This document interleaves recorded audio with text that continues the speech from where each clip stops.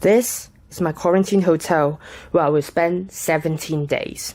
And the reason for that is because I've just returned from the UK back into Hong Kong, where I live. And despite the mess you see, there's not really much I can do in the room apart from eating, lying on the bed, watching telly all day.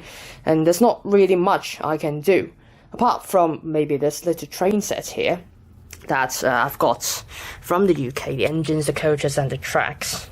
And I can make a video on that later, but that's not the point for today. Today is about, as I have nothing to do in the hotel, I'm thinking why not edit a video of the footage and maybe some photos that I've taken throughout my railway journeys around the UK. So let's take a look.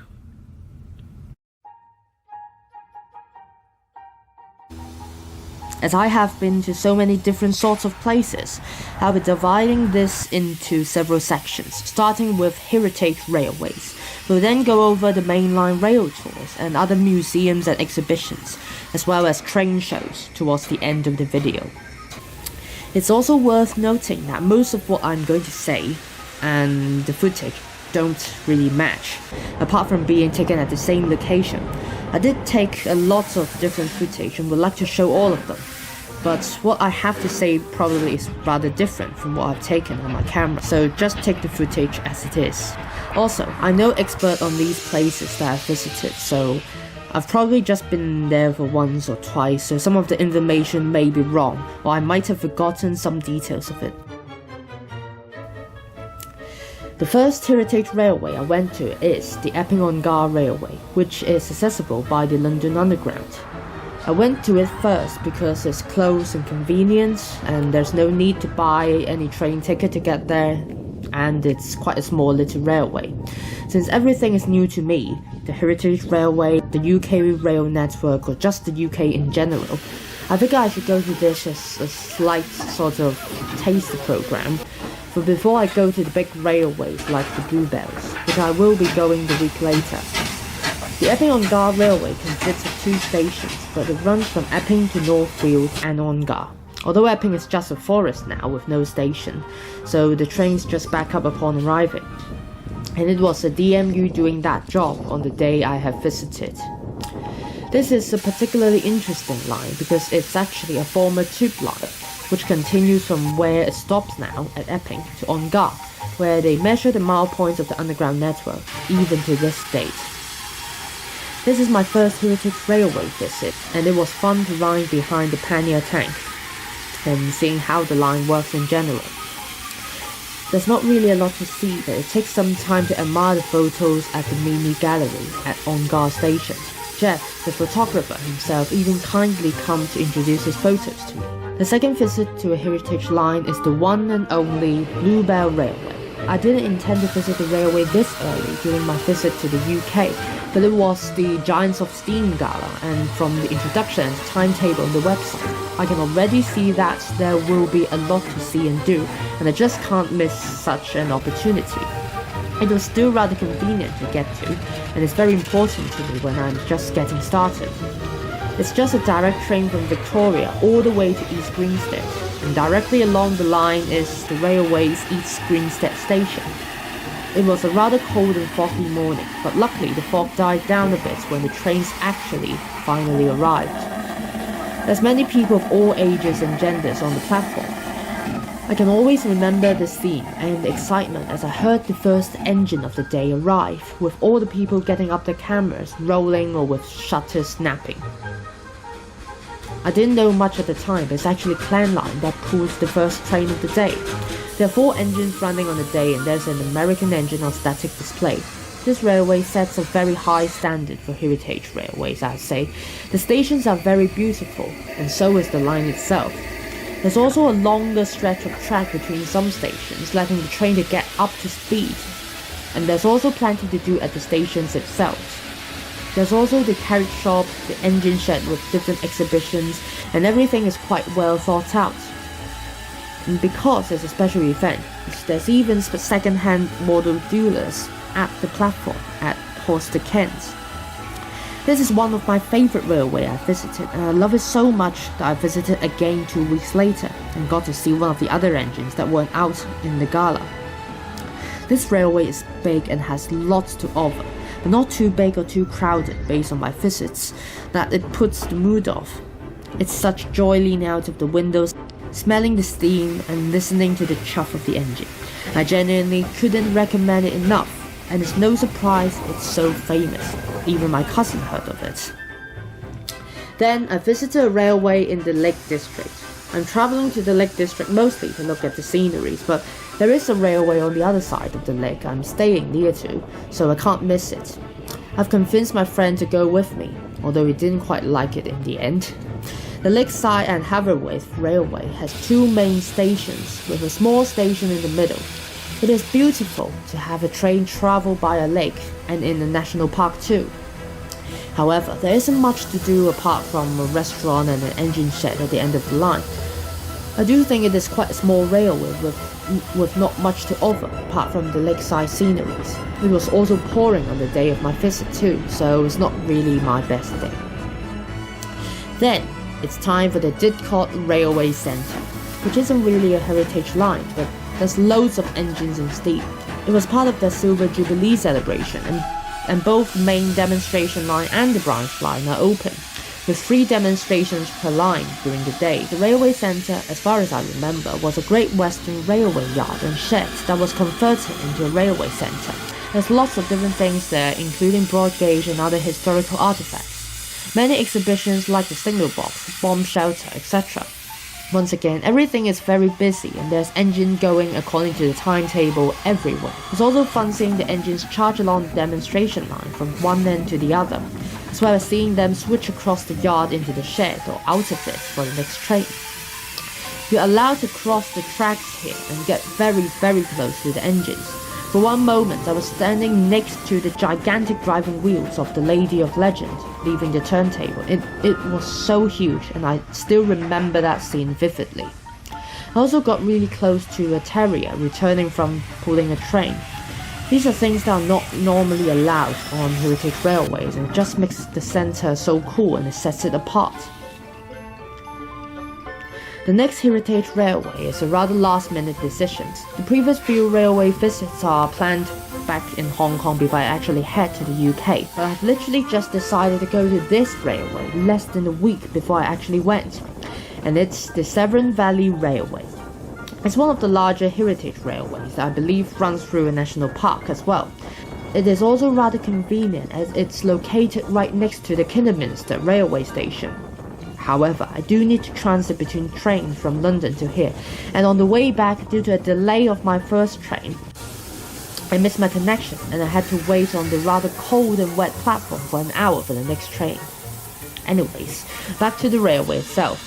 It was a rather long one with quite some stations, and because there's just 2 trains running, I didn't have the chance to get off at all the stations.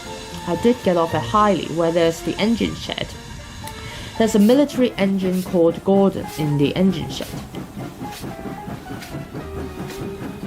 It is a rather beautiful railway and the weather was great too, but there isn't enough trains for me to get on and off at the stations and join the next one easy enough, unlike the Bluebell Railway.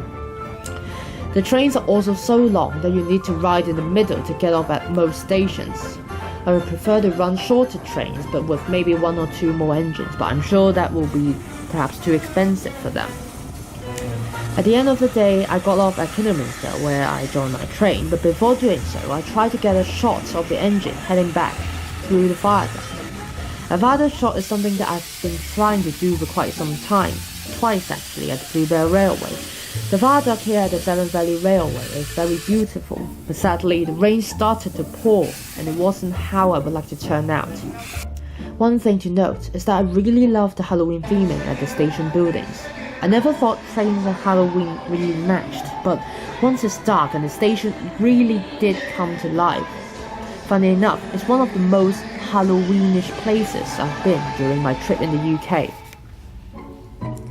Next up is the Epping Ongar Railway again. I do try to group several visits to the railway together, but this is something entirely different.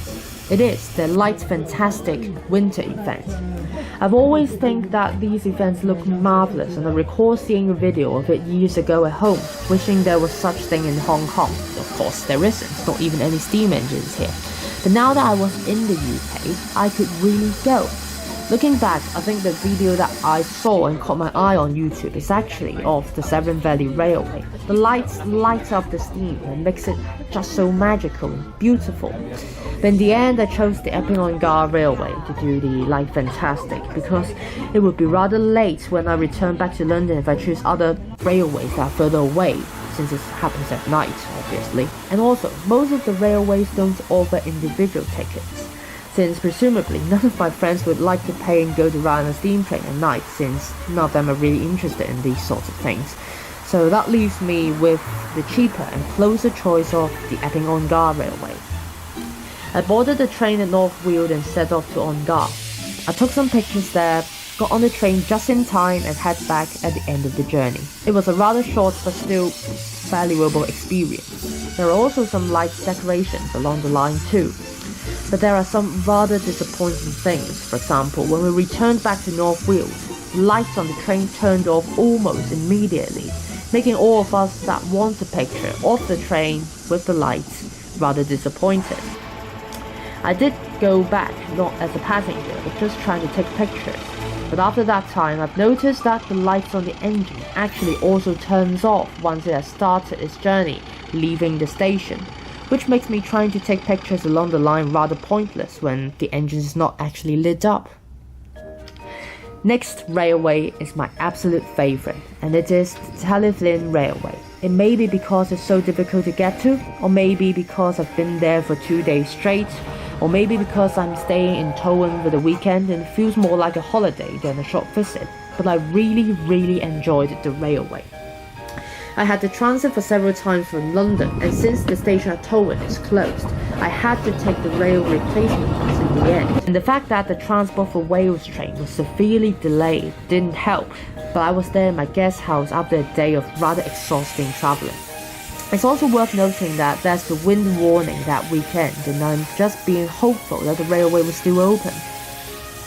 As it turns out, as I was told on the second day of my visit to the railway is the only railway in Wales that was running that Saturday, because Transport for Wales has just given up for the day. Really sounds like an inspiring story about some little engines in the hills. The railway runs up to the hill from Talyllyn Wharf and shows an array of sceneries from fields to hills, and as we climb the mountains into the woods. The railway is truly beautiful, and the fact that a steam train is cutting through the scenery just makes it better. And of course, I had fun looking at some Thomas locations. I think I've taken so much footage on the photos these 2 days that this section is just going to be so long, so skip ahead if you're bored. I travelled behind Sir Haydn for both of the days and met the training train pulled by Edward Thomas. The guard was so nice, and I'm very grateful that he gave me the timetable of the training train, letting me go past passenger must not pass this box signs for pictures, and letting me get off to capture the beautiful sunset while we wait for the line to clear at one of the halts. The friendly volunteers certainly make this railway one of my favourites. Speaking of favourites, my favourite moment is actually the start of the second day, when Sir Haydn struggles to get uphill with the coaches with several wheel slips. They added sand behind the wheels by hand and rolled him back a bit, and finally succeeded in starting the train on the slight incline. Sounds like another story potential here. And how can I not mention Audrey's study in the Narrow Gauge Museum? With the museum itself packed with narrow gauge items, Audrey's study and partial layout is just so surreal to see in person, with the actual models on the layout as well as on display. This is the only narrow gauge engine I've visited, and unlike the standard gauge, the smaller engine seems to be more down to earth and approachable, and makes it more enjoyable in a way. As the sun sets on the second day and the train rolled back into the station, my favourite steam railway related trip has come to an end. It's rather difficult getting here, but definitely worth every effort. After coming back from Wales, it's almost the Christmas season, so most railways are just doing Santa specials and such, so there is a bit of a gap in railway visits. Apart from I've did go back to the Epping Ongar Railway, not as a passenger again, but did get into the stations and platforms to take some pictures of the centre special. But right after Christmas, I've been able to head back to different railways, starting with the Keighley and Valley Railway. It started as a rainy day, but the rain and fog cleared out a bit throughout the visit. It was a rather decent visit with a little museum at the station, which is located right in front of the tunnel, and I really love that. The photo opportunity and steam effect is great when the engine sets off, pulling the heavy train uphill from the station and head into the darkness of the tunnel. At the top station, there's also a bit of snow on the platform and on the tracks. I've always wanted to take some snowy train pictures throughout my trip, but it never snowed, so I guess that's the closest I can get. What I do love most about this railway is that its climb. I believe this railway was constructed to transport goods from mills up in the mountain to connect to the main line. And the climb that the railway creates makes the engine struggle a bit with the passengers, and the sound of a strong and steady chuff up the hill is just so special, and hearing the echoes from houses and throughout the valley is very magical. The 4F, in my opinion, isn't a particularly nice looking engine, but certainly sounds amazing uphill. The last railway I've been able to visit is the Great Central Railway. This, along with the Keighley and Valley Railway, is also not planned before I head to the UK, and was just found that they're having normal services after Christmas, and they're both railways that I can get to with reasonable convenience. The Great Central Railway is the only mainline heritage railway in the UK, and it seems that they're trying to connect it with some other tracks and recreate a whole mainline, I believe, which sounds amazing. Being a mainline, it was slayed with double track. Although since only one steam engine and a DMU is running that day, I didn't get to see any other train running the other way towards me, but they mostly meet at stations. Nonetheless, seeing another track next to me as I ride along is a first on my heritage railway trips. The Loughborough Central Station is also extremely beautiful. I don't think there is an engine shed for us to get into and explore, but we can go along the tracks to look at the outside of the engine shed, and many engines are standing there as well, including Tornado, who I was going to ride behind on one of the Railtours, but got replaced by Mayflower due to tender wheel flats. We'll talk more about the Railtour later, but it's surprising and also an honour to finally be able to see her in person. Being a main line, there aren't much bends along the line at start, and can't really take much pictures of the engine from the coaches. But the scenery is just breathtaking. I recall going over that reservoir the first time, and it just looks so massive and huge. The beautiful blue sky also casts an amazing reflection on the body of the water. It is such a beautiful railway and such a beautiful day. I really enjoyed my last day with steam engines there before I headed back to Hong Kong. The beautiful sky truly makes it a memorable end to my journey. This next section is about the Railtours. These are things that I never knew was so big in the UK. I know there are still steam engines pulling special trains to different places, but the frequency and scale of the business is unknown to me. I recall googling steam trains in Britain, wanting to find some other heritage railways to go to, only to discover company websites like Steam Dreams and Railway Touring Company. The first encounter with these tours is actually the Flying Scotsman. Unfortunately, when I've discovered the tours, which is around 3 months before the tour, the tickets for Scotsman's tour is already sold out, predictably. But since it is the Flying Scotsman, I decided I'll still see how I can see him. So I went to Victoria Station that morning to see her over a footbridge. Unfortunately, since it's my first try at these sorts of things and I'm not really sure where I should be going at what time, but I did see Scotsman after all, so that's okay. The second time is also rather special. It is a double-header. Since there's no diesel to help by pushing behind, the two steam engines have to start the heavy train on their own.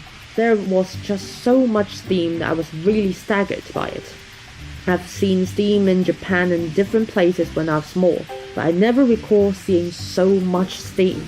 I guess that really shows what these rail tours are all about. Heritage railways are little time capsules and it's really quaint and nice, but rail tours running on the main line is what these mighty machines used to do, pulling heavy long trains and speeding along the main line. Apart from just taking pictures of them without riding, I did ride on them twice. The first time is the rail tour to Lincoln in December for the Christmas market. This was originally not the plan. The original plan was to go to York on a rail tour, but unfortunately, just a few days before the tour, I received an email saying tornado is out of mainline service and it would then be diesel hauled. However, rather unfortunately, or fortunately, depending on how you viewed it, one of my flatmates at my hall caught COVID, and I'm then classified as a close contact. As a result, I couldn't go to the tour and was rescheduled for free to the Lincoln tour that I've chosen. The tour started at Ealing Broadway and ends at King's Cross in the evening, which gives me the opportunity to take pictures at both stations. The train was a bit late to arrive at Ealing Broadway, I believe, and I've been waiting for it for some time. After taking pictures from the opposite side of the platform, rather riskily actually, I ran back to the platform and get on board just in time. Since I'm traveling alone, I've been joined by 3 really friendly and welcoming ladies, which made my 8-hour tour much more enjoyable. There were laughter and lots of food and drinks that they've prepared and kind enough to invite me to join in. Arriving at Lincoln, the train went to go around while we had 2 to 3 hours to explore the city, then coming back to get on board again. The train backed up onto the platform, so I can't actually take much pictures of it. There are also water stops for the local on both the outbound and return journey, allowing me to go to the engine for pictures again. When arriving at King's Cross, it just feels so right that a steam engine is arriving at this particular station. The beautiful platform and roof just makes a very photogenic place for the engine to be. Surprisingly, while taking pictures, I've even met some people from Hong Kong who are there to take pictures of the train as well. Overall, it's a really splendid experience and I'm so glad I did it, be it a bit pricey. But considering it's a full day tour and it's actually running on the main line, although you can't really lean out of the window to feel the steam and wind because you'll most likely be killed, the novelty of being on a steam express train just makes it like nothing else. The second ride on these trains is the Christmas Steam Express. It's a 4-hour circular tour that sets off at Victoria Station in the evening and go around London, returning back at Victoria. This is a shorter journey, and since it's dark, there's not really much to see. There also isn't much of it compared to the Lincoln Rail Tour, providing that I'm travelling at the cheapest class for both trips. Anyway, it's still fun to ride and I didn't regret joining it. I chose the particular day because instead of Mayflower, I get to ride behind Clanline that day, which I've met at the Bluebell Railway at the gala. However, the greatest thing about these Christmas tours, be it the daytime Santa Steam Express or this, is that it goes around London all day, which is very convenient for me to take pictures of it since I stay at London. I followed the train around London for 3 days and it was so much fun. I spotted stations that seems feasible and beautiful along their routes, so I can get there and watch them go past. Then I catch a train to get to the next spot to see the steam train come past again. And then I go on another train to go to the next spot, and it goes on. It's also extremely exciting to plan which station I can meet the train at and calculate if there's enough time. I really enjoyed these 3 days and took a lot of different sorts of pictures of them running past, from stations to bridges and level crossings, things that I couldn't really do at Heritage Railways, unless I didn't ride on the train itself. I've also tried to meet some of the other rail tours at departure and arrival times.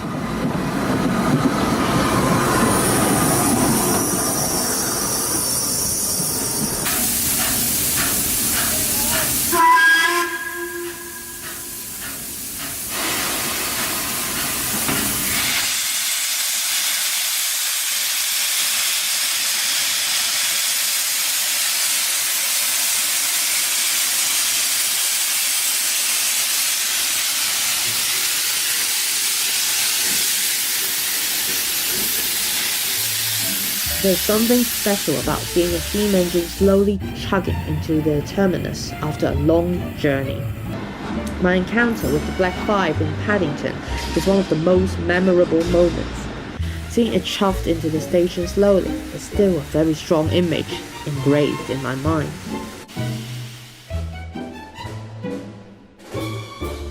I've also been to different museums, including the York National Railway Museum, London Water and Steam Museum, and the Swindon Steam Museum. I'm sure all of you know all about the National Railway Museum, and I've been there many years ago as well. But this time I chose a particular date where a rail tour is actually arriving at York. Even more special is that they swap engines for the return journey, which gives me the opportunity to meet and take pictures of the two engines that will appear and be in steam in York that day. The steam engines really brings the museum to life, in my opinion.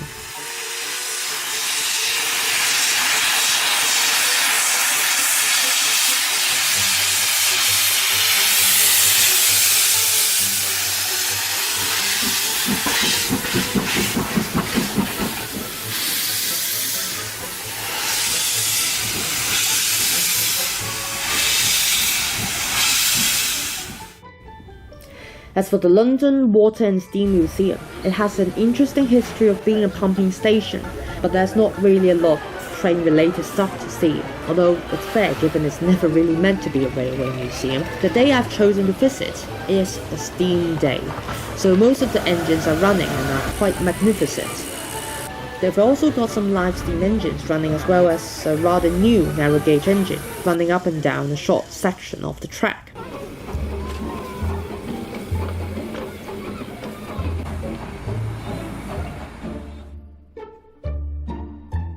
As for the Swindon Museum, it is the most impressive one from my opinion. Yes, the National Railway Museum is great, but I think when it compares to the Swindon Museum, it lacks the historical background. Besides, I've never been to the Swindon Steam Museum before, so that's more of a surprise, and I'm not really sure what to expect. The museum is actually converted from the old Swindon works, where lots of the Great Western Railway steam engines are built. There are also sections of exhibitions that show different shops of the work, and they are really fascinating. King George V and the city of Truro are also on display here. Although nothing is really in steam, it is still a really fascinating museum, and I really enjoyed my visit there. Before I move on to the last section, there's this place that I've almost forgotten, and it is actually the first railway I've been to. It's accessible by tube as well, and it's located conveniently in the park. This small layout runs several engines on Sundays and was a great sight to see the tiny trains with their carriages charging along the track. It's almost like they're on the main line. I had lots of fun watching these engines go round and experimented with how to take pictures of them. Lastly is the model railway related visits. The one thing that I've always wanted to try is the train shows. I've always seen people talking about it, and it just sounds like incredible events. I've been lucky enough to be able to find the Great Britain Model Railway show during my stay, and it's a massive show. Although it's not in London, and I did have to take a train to get there. It is in the British Motor Museum, so I guess it's still worth a visit on its own. Besides, I've always wanted to go to these shows, and I just can't miss this big event. Apart from that big one, I've also went to a smaller one near London at the community centre. These two events have both traders and exhibitions. I especially like the old metal O-gauge display at the big event, although the modern O-gauge is much more detailed and accurate and all. I think I really love the charm of the older ones. Seeing them charge along the rails with a long line of rattling coaches seems to have the charm the other more modern models lack in such sense. I really enjoy these two events and got some models for either bargains or things that I've always been wanting. I've also been fortunate enough to visit the biggest model railway in Britain, as seen in Hornby's TV show. I've actually just learnt about it there and looked it up online and see there is an exhibition at Wakefield during my visit to the UK, so I travelled there since term has ended and I'm relatively free, and I really love it. The attention to detail and everything so specific and so realistic is so special, and the scale of it being the biggest model railway in Britain just staggers me the most. It's really far and really wide, and I can't really see the end of it, which I think it's the point of the layout, I think, as the builder said. I really enjoy my visit there. I never really know the appeal of diesel engines, but since that model railway show only has 2 steam engines, one being Thomas, all the other engines are diesel, and after seeing them for the whole day, charging along the rails, pulling trains, and I think diesel engines are also growing on me. And I believe that's it, if I haven't missed anything. These are all train-related stuff that I've done during the 3 months, and it's some of my best time I've spent. I've also started an Instagram account there, posting some pictures that I've taken during my visits, so feel free to follow that if you like. Link is in the description. This video is to record these 3 months, and for those of us who are still watching, thank you, and I hope you've enjoyed it as much as I did visiting those places in person myself. Thanks for watching.